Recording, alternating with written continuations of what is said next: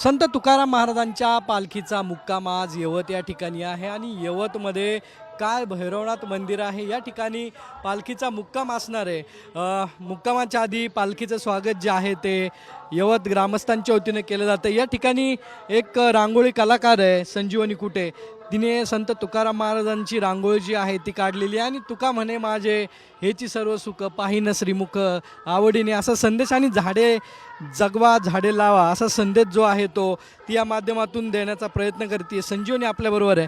संजीवनी, काय सांगशील तू आज ही रांगोळी काढते आणि कधीपासून काढते? 2 तास झालं मी ही रांगोळी काढते।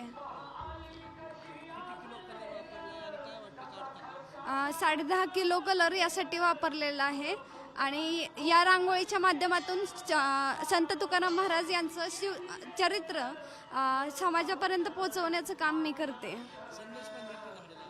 हां, विविध संदेश देण्याचा या माध्यमातून प्रयत्न करत आहे।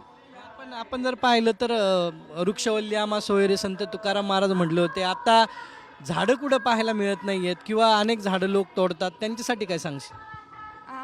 त्यांच्यासाठी या रांगोळीच्या माध्यमातून झाडे लावा झाडे जगवा हा संदेश देण्याचा मी प्रयत्न करत आहे।